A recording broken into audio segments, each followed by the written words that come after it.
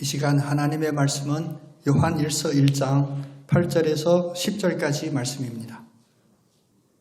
만일 우리가 죄가 없다고 말하면 스스로 속이고 또 진리가 우리 속에 있지 아니할 것이요 만일 우리가 우리 죄를 자백하면 그는 미쁘시고 의로우사 우리 죄를 사하시며 우리를 모든 불의에서 깨끗하게 하실 것이요 만일 우리가 범죄하지 아니하였다 하면 하나님을 거짓말하는 이로 만드는 것이니 또한 그의 말씀이 우리 속에 있지 아니하니라. 아멘. 아무리 캄캄한 밤이고 사나운 파도가 치는 그러한 환경이라 할지라도 주님이 함께 하심으로 담대하고 승리하는 우리 모두 되기를 소원합니다. 우리 옆에 오신 분 축복하면서 인사하겠습니다. 하나님은 우리의 죄를 대신하셨습니다. 아멘.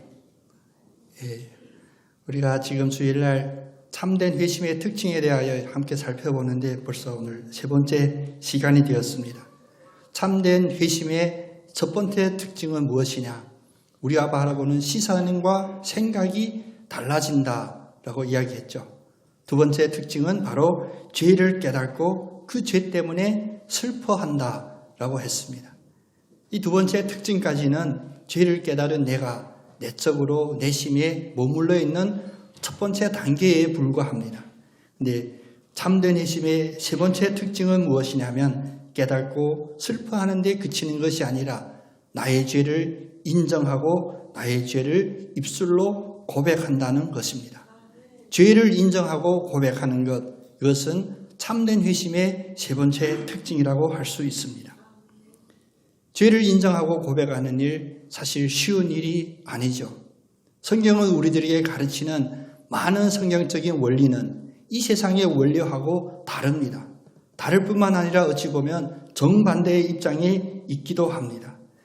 회심은 죄를 깨닫고 그 죄 때문에 슬퍼하기도 하고 슬픔에 그치는 것이 아니라 나의 죄를 인정하고 이제 고백까지 해야 되는데 우리를 가르치고 있는 이 세상은 이거와 정반대로 가르치고 있습니다. 우리 속담에도 좀 불경스러운 속담이지만 방귀 낀 놈이 성질낸다 이런 말이 있어요. 엄청 웃기는 속담인데 안 웃으셨습니다, 여러분. 왜냐하면 분명히 나의 잘못을 인지했을 때 그 잘못에 대하여 인정하는 것이 아니라 오히려 그 잘못을 덮거나 변호하거나 핑계하는 그런 방법을 찾는다는 것입니다. 요즘 우리 주변에 보면 자기 자신을 위하여 스스로 변명하고 또 자기를 스스로 의롭다고 생각하는 사람들이 우리 예상보다 많이 있습니다. 특별히 교회 안에서 우리 복음이 우리 한국에 들어온 지 이제 140년, 120년 지나면서 교회 안에 점점 더 갈수록 이런 현상들 때문에 교회 안에서도 성찰하게 되고 교회 밖의 비판도 받게 되는 현실이기도 합니다. 예배 드릴 때 보면 그 누구나 겉으로 볼 때 잘못한 것 하나도 없어 보입니다. 왜일까요? 여러분 아무 얘기도 안 하고 앉아 계시거든요. 잘못한 사람 딱 한 사람 있습니다. 그게 바로 떠들고 있는 강대상에 있는 목사입니다. 저도 늦게 예수를 믿고 이 목회자의 자리에 있으면서 늘 고민하는 게 있습니다. 뭐 여러분 질문하면 오늘 아침에도 했을까 안 했을까 했죠. 이거 목사라는 이 자리 어떤 자리이고 내가 감당할 수 있을까? 나는 왜 이 자리에서 이 일을 감당해야 할까? 오늘 설교의 주제인 만큼 제 마음도 많이 무거웠습니다. 그래서 사실 오늘 설교 안 했으면 좋겠다. 이게 요즘에 이런 생각이 가끔씩 자주 드는 참으로 연약한 저입니다만 모두가 다 그럴듯한데 부딪혀보면 파헤쳐보면 그렇지 않은 것들이 우리에게 상처가 될 때도 있습니다. 우리의 뇌리로 우리의 입술로 인정하지 않을지라도 이 세상에 사는 나그네 삶을 사는 우리는 주님 다시 오셔서 우리가 하늘나라로 들어가기 그 전까지는 우리가 알지 못하게 또 우리가 원치 않게 늘 악의 그 세력에 조종당하고 통제당하고 살 때가 많이 있습니다. 적어도 악의 세력의 영향을 받고 삽니다. 그래서 가장 하나님이 원하시는 그 방법인 참된 회심인 죄를 깨닫고 슬퍼하고 그 죄를 뉘우치고 그 죄를 고백하는 그 일에 있어서는 이것은 살리는 일이기 때문에 사망의 악한 세력은 이것을 막고 있죠. 어떤 일이 일어나면 항상 탓하기 쉽습니다. 다른 사람의 탓, 또 이 환경의 탓, 우리 문화의 탓, 심지어 우리가 보지도 못했던 18대 이전의 우리 조상의 탓. 사실 우리 대한민국의 조상 탓 때문에 묶여있는 이단 사이비에 묶여있는 이들이 꽤 많이 있거든요. 이런 사회나 교육이나 성장 배경, 상황을 탓하면서 내 자신에게 있는 그 죄를 인정하지 않으려 하고 그것을 나의 죄로 고백하지 않으려 하고 그런데 어떤 궁지에 몰리잖아요. 이 궁지라 하면 무엇이냐?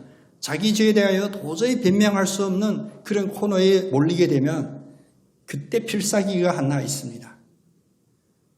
요즘 제가 들은 얘기 중에 사회심리학자 그 얘기 듣고 제가 참 사실이긴 한데 너무 마음이 아프더라고요. 그 교수님이 어떤 예를 들었냐면 요즘 우리 뉴스에서 마음 아픈 뉴스들을 보잖아요. 그냥 목적도 없이 상대도 없이 지하철역에서 광장에서 흉기를 휘두르는 이런 이해하지 못할 그런 범행들이 나오잖아요. 근데 범행을 저질렀어요. 근데 자기 잘못을 인정하지를 않는데요. 왜? 흉기로 찔렀는데 그래서 응급실에 실려갔죠. 그래서 크게 수술해야 되잖아요. 근데 개복해봤더니 흉기에 찔린 그가 간암이었대. 그래서 간암이 치료를 받아야 되는 상황을 발견하게 된 거예요. 그렇다고 해서 흉기로 찔른 놈이 얘기하기를 봐봐, 다 내 덕인 줄 알아. 내가 안 찔렀으면 간암이 발견도 안 됐을 거고 그러면 간암 때문에 죽었을지도 몰라. 여러분 어이없죠. 하도 이해가 극단적인 얘기이기 때문에 우리가 어이없지만 사실 이런 논리가 죄된 우리 안에는 참된 회심을 하지 않은 우리의 뇌리에는 곳곳에 숨어있고 구석구석에 숨어있게 됩니다. 그래서 자기의 죄책이 드러나거나 더 어찌 할 수 없는 그런 코너에 몰리면 오히려 자기가 성을 내고 화를 내기도 하죠. 교회 안에서는 이런 일이 없었으면 좋겠다. 이것이 우리의 기도의 제목이기도 하죠. 근데 여러분 입으로 말씀드리지 않지만 제가 오늘 여러분이 하기 어려운 이야기를 제가 작정하고 하려고 이 자리에 선 것 같아요. 우리 입으로 인정하고 싶지 않지만 실제로 존재하는 이유들이 뭐냐면 이 예수 믿고 교회 다니는 이들끼리 얘기하기가 엄청 힘들어요. 한 분도 수긍 안 하시네. 우리 교회 일이 아닌 걸로 치고요. 왜 어렵냐면 갑자기 어느 순간에 하나님이 튀어나와요. 대화 중에. 그럼 처음부터 영적으로 신앙적으로 하나님의 섭리에 우리가 온전히 순종합시다. 그런 이야기면 그나마 대화가 되고 그 대화가 하나님의 은혜 부어주셔서 영적인 대화가 될 수 있는데 엄청 치사하고 세상적이고 물질적인 이야기를 하다가 어느 순간 갑자기 하나님이 튀어나오면 참 이야기하기가 어렵습니다. 더 무서운 결과는 무엇이냐? 여러분 당해보지 않으셔서 체감 잘 하지 못하시겠지만 저만 그냥 믿음이 없고 악한 거짓 목사가 되는 거예요.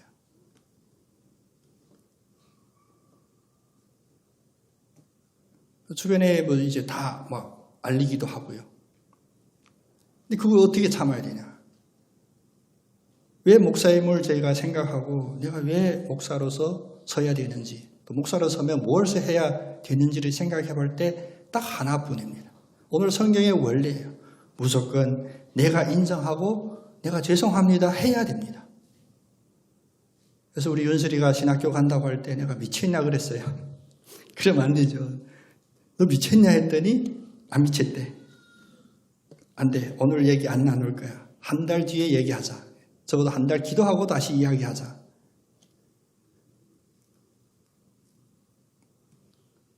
지적할 수가 없습니다. 그래서 전에 우리 선배님들은 참 보면 제가 좋아하는 옥하는 목사님도 보면 설교를 지금도 보면 그렇게 강하게 막 솔바를 막 때리죠. 근데 그런 시대는 이제 아닙니다. 목회자가 들어주고 공감하고 인정해주면 줄수록 오로지 목회자가 받아야 될 상처가 큼을 여러분 늘 기억해 주셨으면 좋겠습니다. 물론 목회자가 해야죠. 이 세상 어디 가서 그 하소연하고 자기 불평불만을 이야기할까라고 하는데 가끔 거꾸로 생각하면 그 목회자는 그것을 다 받아야 되는 진짜 마음이 넓어야 돼. 저는 마음이 넓지 못하고 지금 이마만 점점 넓어지는 것 같아요. 마음이 넓어져야 되는데 틀린 말이 하나도 없거든요. 저도 그러고 싶어요. 세상처럼. 너나 잘하세요. 저도 그 얘기 하고 싶어요. 근데 말만 들으면 틀린 이야기가 하나도 없습니다. 그리고 그 속에는 막 힘도 엄청난 파워도 있어요. 막 분노하고 화내고 겁나요. 무서워요. 괜히 내가 질려서 간암이 발견될까 봐 겁나요.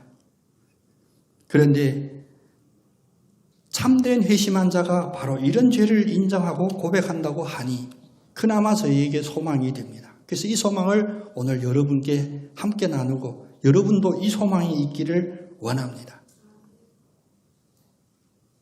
요즘 세상이 얼마나 발달되어 있습니까? 우리가 모르는 분야가 없을 정도로 모든 정보를 우리에게 제공해 줄 수도 있어요.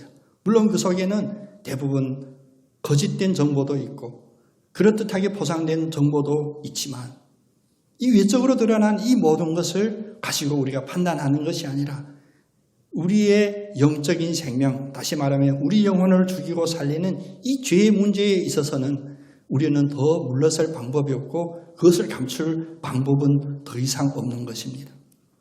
왜냐하면 사람 앞에서는 내가 그렇게 보일 수도 있고 내가 핑계하고 변명할 수도 있지만 그렇게 해서 다른 사람들의 공감도 없고 인정을 받을 수도 있지만 우리가 잊어서는 안 되는 하나는 무엇이냐?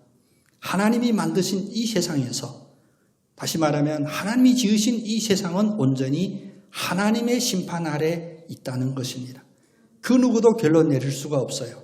오직 하나님만이 그 일에 대하여 어떤 일에 대하여 옳고 그름을 판단할 수가 있습니다. 로마서 3장 19절에 보면 아주 간단하게 언급하지만 매우 깊고 무거운 고백이 담겨져 있습니다. 로마서 3장 19절은 이렇게 말씀하십니다. 우리가 알거니와 무릇 율법이 말하는 바 율법 아래에 있는 자들에게 말하는 것이니 이는 모든 입을 막고 온 세상으로 하나님의 심판 아래에 있게 하려 함이라. 우리에게 율법이 주어졌어요. 그래서 모든 것들의 분쟁의 기준을 우리는 율법으로 잡고 또 법이라고도 표현할 수 있죠. 다 법대로 해. 말하다가 안 되면 이제 법대로 해 이렇게 하잖아요. 그런데 그 법이 무엇 때문에 우리들에게 있냐?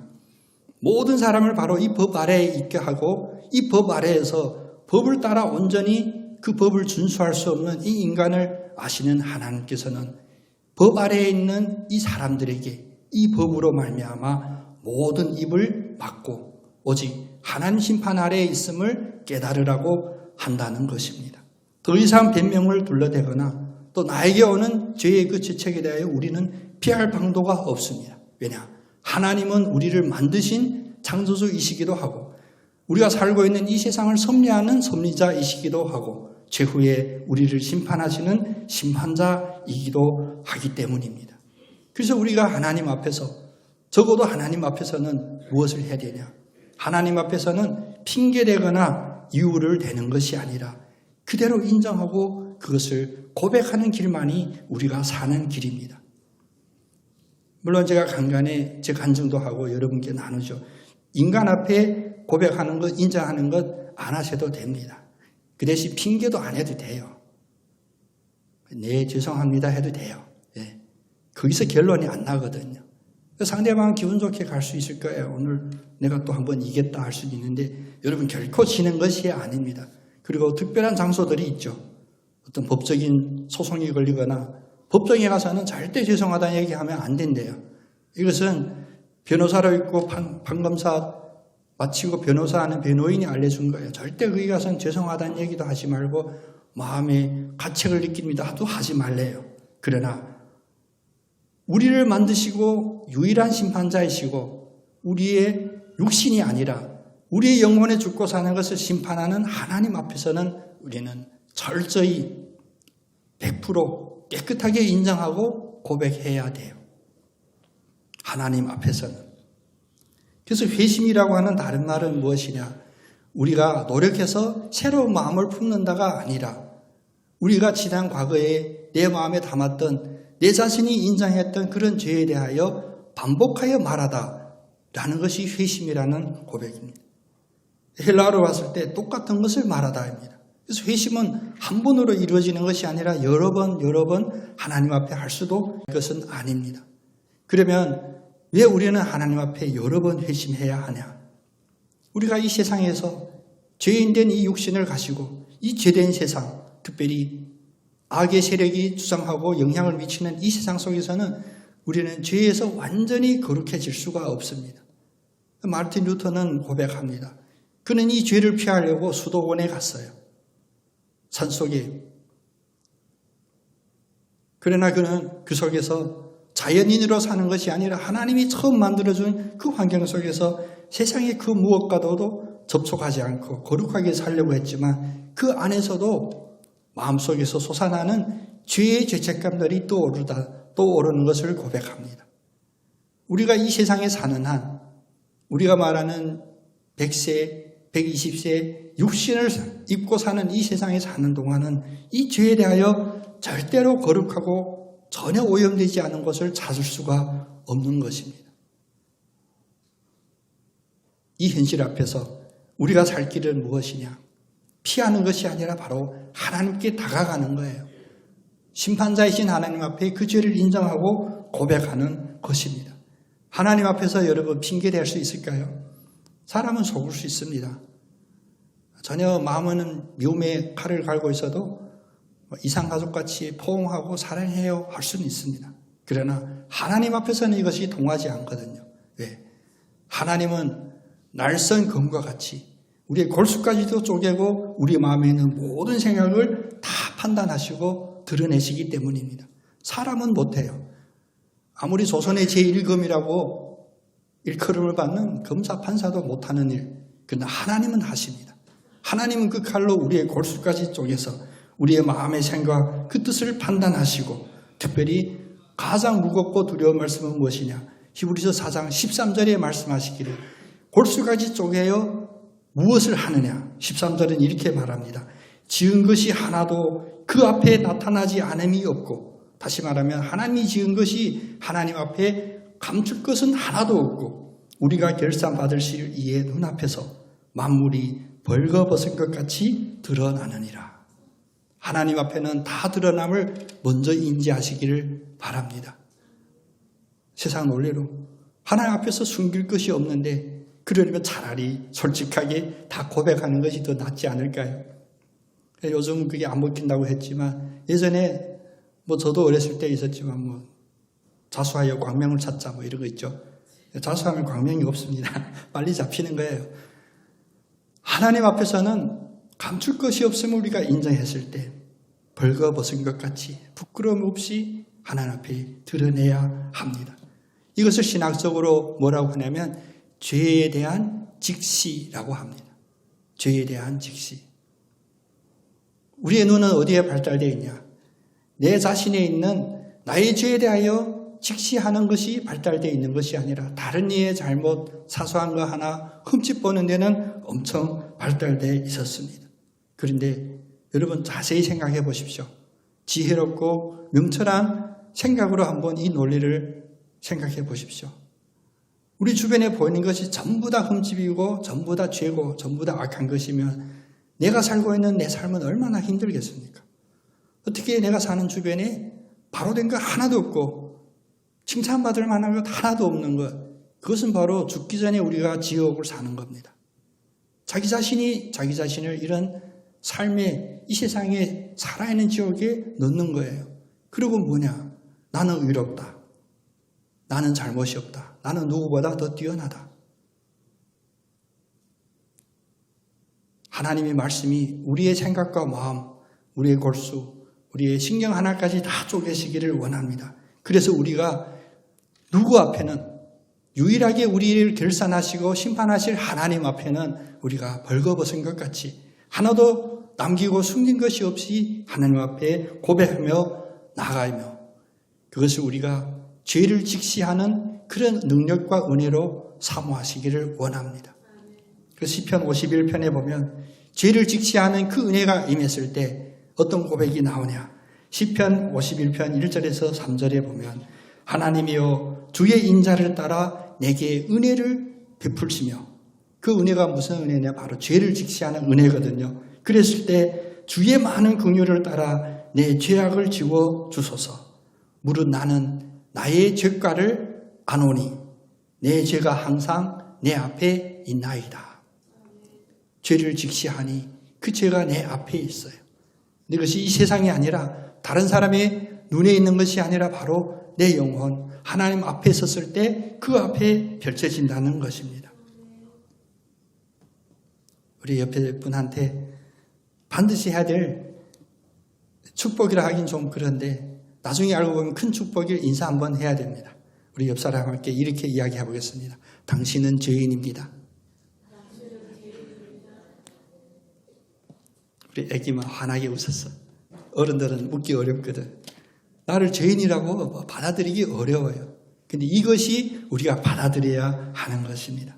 우리가 아무리 노력하고 내가 아무리 스스로 어떻게 해보려고 해도 이 죄에서 자유로울 수 없는 우리를 인정했을 때 사도 바울의 고백처럼 제가 바로 죄인입니다.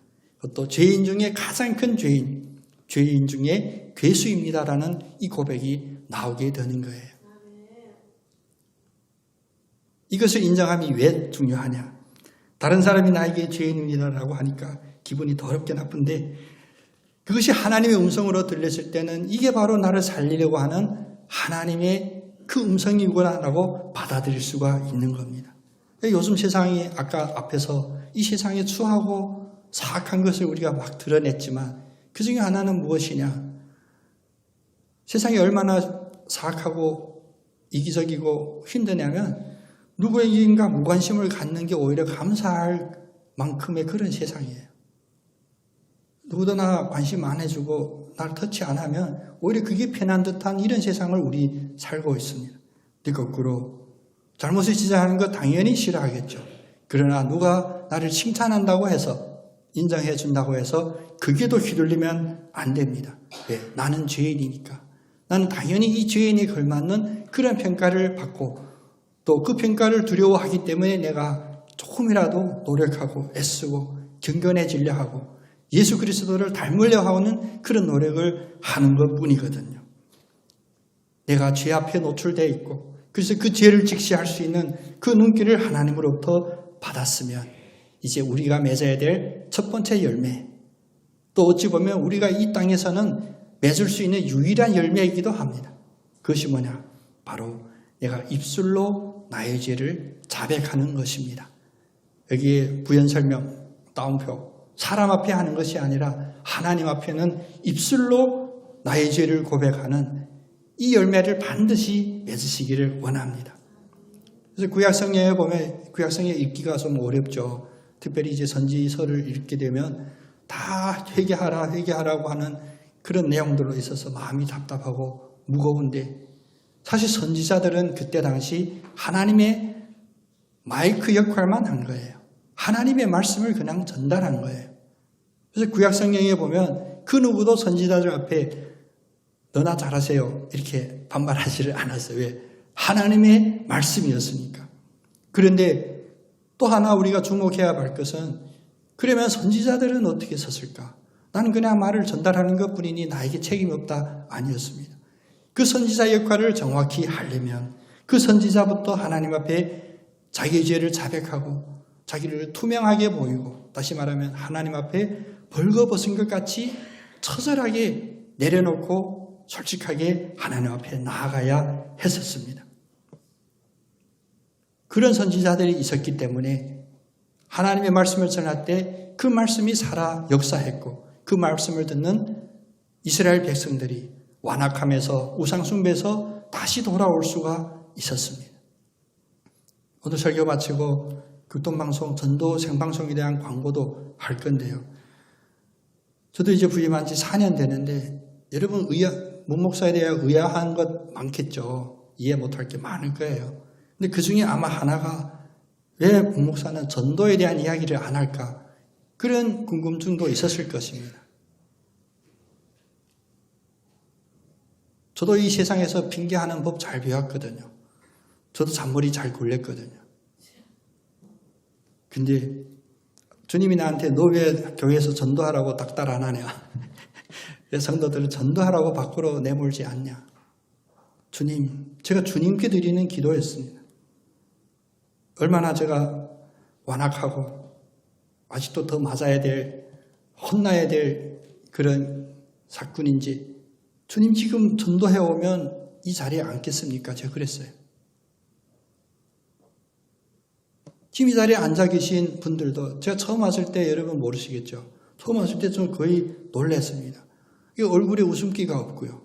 서로 인사도 잘 안 해. 심지어는 지금 이 자리에 안 계시지만 분명히 어느 분이 인사를 했어요. 딱 무시하고 인사 받지도 않더라고. 나 이거 세상에서도 이러면 세상 사회생활하기 어렵거든요. 근데 이런 걸 봤어요.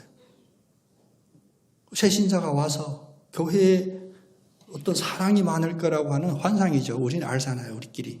비밀이지만 교회에 뭐 사랑이 어느 정도였는지 우리 알잖아요.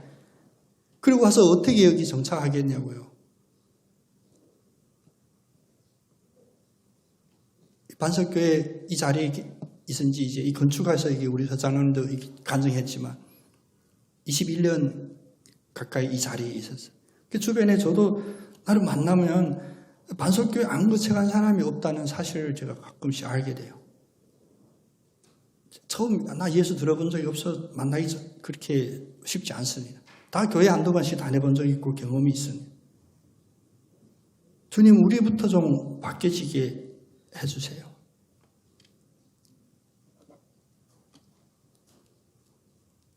이게 예고입니다.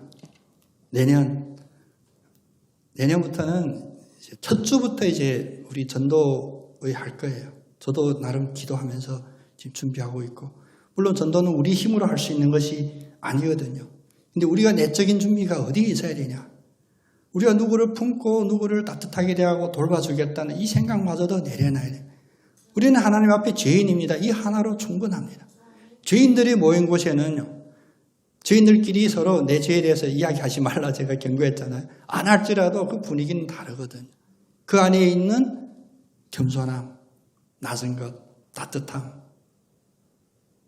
우리가 우리 자신도 돌볼 수 없고 하나님 앞에 벌거벗고 서 있지 않은 한 참으로 회심한 자들이 부흥하는 그런 공동체가 되기가 쉽지 않습니다.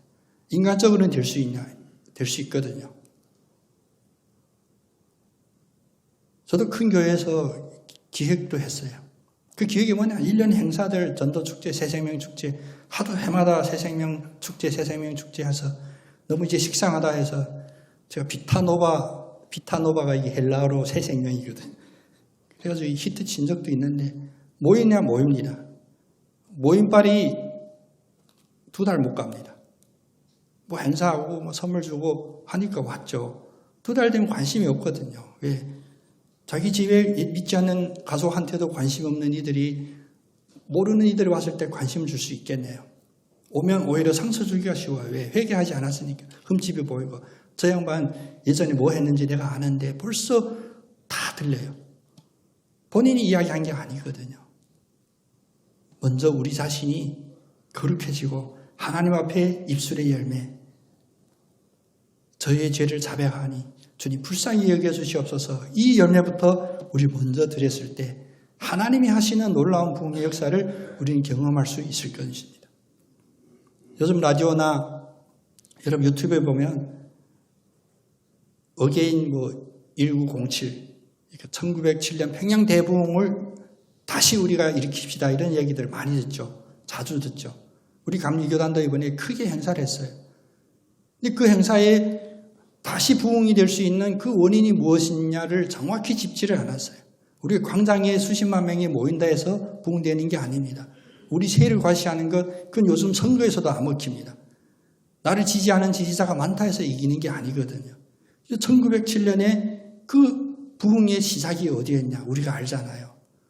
먼저 회개했습니다. 누가 회개했냐? 마이크 잡은 목회자가, 선교사가 당신들 회개했어요가 아니라 그 선교사님들이 먼저 회개했어요. 하나님, 제가 이 땅에 선교한다고 폼 잡고 와가지고 이 조선인들을 무시했던 저를 용서해 주세요. 그 회개가 시작된 겁니다. 예수 믿는 조선인들이 부흥되게 해주세요가 아니었습니다. 내가 여기서 전도한다고 다니고 구제한다고 물품 나눠주면서 내 마음속 깊이에 이 조선인들을 미개하고 무식하고 그렇게 무시했던 내 이 마음을 용서하세요. 회개합니다. 거기서 시작이 된 거였거든요. 선교 전략이 투출해서 된 것이 아닙니다. 그래서 우리가 주님 앞에 입술로 회개를 열매로 드리면 우리 얼굴과 우리의 손과 발과 우리 입술에 드러나는 확실하게 바뀐 효과들이 있습니다. 그것은 뭐냐? 왠지 푸근하거든요. 사랑해요 안 해도 저분은 내가 힘들 때 나를 사랑할 것 같다. 보이거든요. 왜 그럴까? 오늘 읽으신 말씀에서 그것을 줍니다. 바로 회심하고 회심하지 않은 자의 그 다른 점이 어디에 있냐? 오늘 본문은 이렇게 말씀하시죠. 우리가 죄가 없다고 말하면 스스로 속이고 진리가 우리 속에 있지 아니할 것이요. 우리가 자백하고 회개하는 이 단계를 거치지 않으면 우리가 아무리 나가서 밖에 나가 예수는 생명입니다. 예수는 그리스도입니다. 전도해도 먹히지 않는 이유는 무엇이냐? 우리 안에 진리가 없기 때문에 먹힐 수가 없겠죠. 그러나 9절 말씀, 우리가 우리 죄를 자백하면 하나님은 미쁘사 확실하시고 신실하신 분이고 또 의로우사 우리의 죄를 사하시고 우리를 모든 불의에서 깨끗하게 하실 것이요. 우리가 자백했더니 오히려 우리를 깨끗하게 해주셨어요. 결국 우리가 나가서 이야기할 때 예수 믿고 복 받으세요라고 똑같은 이야기를 할지라도 그 복음을 받아들인 그 누군가가 특별히 우리를 아는 사람, 우리의 이웃, 나의 사정, 나의 과거, 우리 가문까지도 아는 사람이 절대로 그 마음속이라도 너나 잘하세요. 이런 이야기를 할 수 없게 만드는 그 힘이 어디에 있냐? 바로 우리가 하나님 앞에 죄를 자백하고 하나님이 우리를 불의에서 깨끗하게 해주시면 바로 우리에게 이 힘이 있는 겁니다. 우리 삶 속에서 하나님을 거짓말하는 이로 만드는 이가 바로 내가 내 스스로를 의롭다, 죄가 없다라고 할 때 하나님을 거짓말하는 이로 만든다는 것입니다. 여러분 이 말씀 무겁게 우리의 마음판에 받으시길 원합니다. 그래서 마무리는 사실 너무나 무거운 이야기, 어찌 보면 사려 깊지 못한 이야기도 함께 나눴는데 결론은 이겁니다. 참된 회심의 확실한 증거는 어디에 있냐면 우리가 죄가 없는 완벽한 상태가 되는 것이 아닙니다. 이것은 천국에서만 누릴 수 있는 그런 상태입니다. 그러면 무엇이냐? 우리가 죄를 깨닫고 슬퍼하고 죄를 인정하고 죄를 하나님 앞에 고백하는 이것은 우리가 이 세상에 먹고 사는 문제의 물질 관계에만 집중한 것이 아니라 죄라고 하는 우리의 영혼을 살리고 죽이는 그 절체절명의 이 주제에 대하여 우리가 항상 민감하고 의식하고 깨달을 때마다 숨으려고 하는 것이 아니라 깨달을 때마다 하나님 앞에 달려가서 하나님 앞에 무릎 꿇고 하나님 제가 또 죄지었습니다. 고백합니다. 어찌할 수 없는 저를 용서해 주세요. 그 고백하는 것이 바로 참된 회심인자의 특징이라는 것입니다. 이 세상 삶 속에서는 의인 없나니 한 명도 없습니다. 죄에서 완전히 완벽하게 깨끗해진 상태는 존재하지 않습니다. 이 땅에서는. 죄에 대하여 민감하고 죄에 대하여 늘 주목하고 그래서 죄 때문에 슬퍼하고 죄 때문에 하나님 앞에 회개하고 고백할 수 있는 그런 참된 회심자들이 다 되기를 예수님 이름으로 축복합니다.